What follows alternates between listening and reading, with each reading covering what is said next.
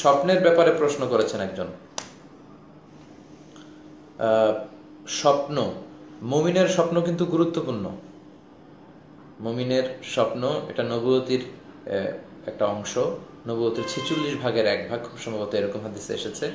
পাক্কা মুমিন যারা যারা সালাত আদায় করে, যারা আল্লাহর ওয়ালি, এরকম মুমিন যারা, তাদের স্বপ্নটা গুরুত্বপূর্ণ। স্বপ্ন অনেক সময় অর্থবহ হয়। তো অনেকেই স্বপ্নের ব্যাপারে জিজ্ঞেস করেছেন। স্বপ্নের ব্যাপারে সবচেয়ে স্পেশালিস্ট সাহাবী নবী ছিলেন সাইয়েদনা ইউসুফ আলাইহিস সালাম। তাবিরুর রুইয়া, তিনি স্বপ্নের ব্যাখ্যা জানতেন। ওনার বাবার কাছ থেকে উনি এটা শিখেছিলেন। এবং সাহাবাদের মধ্যে সবচেয়ে ভালো স্বপ্নের ব্যাখ্যা জানতেন সাইয়েদনা আবু বকর রাদিয়াল্লাহু আনহু। আর তাবিঈদের মধ্যে জানতেন মুহাম্মদ ইবনে সিরিন। এজন্য ওনার একটা স্বপ্নের বই আছে তাবিরুল আহলাম নামে, মুহাম্মদ ইবনে সিরিনের। তো এটা মাজার সম্পর্কে জানতে চেয়েছে অনেকে।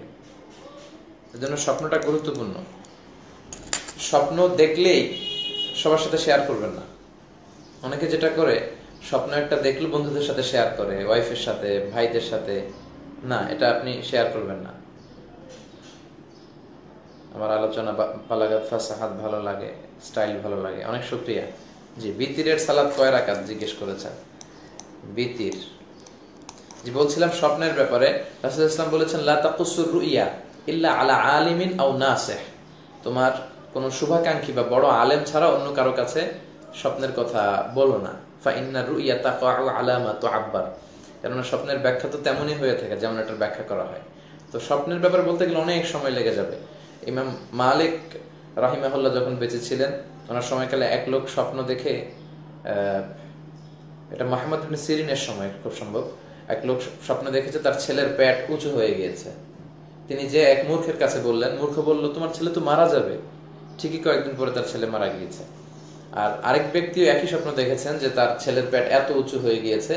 তিনি এই স্বপ্নটা নিয়ে মুহাম্মদ ইবনে সিরিনের কাছে খুব সম্ভব যে বললেন। তো মুহাম্মদ ইবনে সিরিন বললেন, তোমার ছেলে তো অনেক বড় আলেম হবে। পরবর্তীতে তার ছেলে অনেক বড় যুগশ্রেষ্ঠ আলেম হয়েছিল। এজন্য ফাইন্না রুইয়া তাকাউ আলা মা তুআব্বার। স্বপ্নের ব্যাখ্যা তেমনই হয়ে থাকে যেমন এটার তাবির করা হয়। এজন্য যে কারো কাছে বলবেন না। আপনাদের এলাকায় সবচেয়ে বয়োজ্যেষ্ঠ বা সবচেয়ে বড় প্রবীণ আলেম, যিনি খুব আমল করেন, খুব ভালো কোরআন হাদিস জানেন, তার কাছে যে এক্সপ্রেস করতে পারেন যদি আপনি চান। তো এজন্য স্বপ্নটা যেমন ব্যাখ্যা করা হয় তেমনই হয়। এজন্য স্বপ্নের কথা সবার সাথে শেয়ার করবেন না। রাসূল সাল্লাল্লাহু আলাইহি ওয়াসাল্লাম বিভিন্ন সময় স্বপ্ন দেখতেন, হাদিসে পাওয়া যায়। কিছু আলামত আছে। কেউ যদি স্বপ্নে দেখছেন যে আপনি গরুর দুধ খাচ্ছেন, তো তার মানে আপনার জ্ঞান বাড়বে, এটা একটা সাইন। তারপর আপনার জামা যদি ছোট হয়ে যায়, তার মানে আপনার তাকওয়া পরহেজগারি কমে যাচ্ছে। রাসূল সাল্লাল্লাহু আলাইহি ওয়াসাল্লাম বুখারীর বর্ণনায় রাসূল সাল্লাল্লাহু আলাইহি ওয়াসাল্লাম বললেন যে, রাসূল সাল্লাল্লাহু আলাইহি ওয়াসাল্লাম একবার স্বপ্ন দেখলেন যে সব সাহাবাদের জুব্বা, কারোটা নাভি পর্যন্ত, কারোটা হাঁটু, কারোটা টাকনু, কিন্তু বললেন যে ওমরে ফারুকের জুব্বা আমি দেখলাম এত বড়, ওমরে ফারুক তার জুব্বা টেনে টেনে নিয়ে যাচ্ছে। তো সাহাবারা বললেন, ফামাযা আওয়ালতা বিহি ইয়া রাসূলুল্লাহ, আপনি কি তাওয়িল করলেন? রাসূল বললেন, আওয়ালতু বিহি আত-তাকওয়া, আমি এটার দ্বারা তাকওয়ার তাওয়িল করলাম।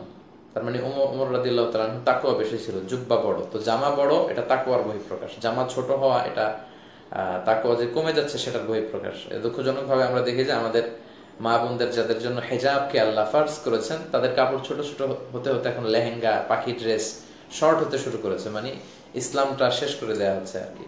তো জন্য জামা বড় হওয়া এটা তাকওয়ার পরিচয়। আবার আরেক স্বপ্নের কথা আল্লাহ রাসূল সাহাবাদের সাথে শেয়ার করলেন যে রাসূল আঙ্গুল দিয়ে দুধ খাচ্ছিলেন বা মধু খাচ্ছিলেন। তো পরে খেতে খেতে কিছু রয়ে গেল, মধু বা দুধ, সেটা তিনি ওমরে ফারুককে খেতে দিলেন, অন্যদেরকে না দিয়ে ওমরে ফারুককে দিলেন। সবাই বললেন, এটা দিয়ে আপনি কি বোঝাতে চাইলেন? রাসূল বললেন, আওয়ালতু বিহি আল ইলম, এটা দ্বারা আমি নলেজ কে বুঝালাম। তো এই জন্য কেউ দুধ খাচ্ছেন, মধু খাচ্ছেন, এটা আপনার জ্ঞান বাড়বে ইনশাআল্লাহ, এটার একটা প্রমাণ। তো এইভাবে মুহাম্মদ ইবনে সিরিনের স্বপ্ন ব্যাখ্যা যদি আপনারা পড়েন তাবিরুল আহলাম, তাহলে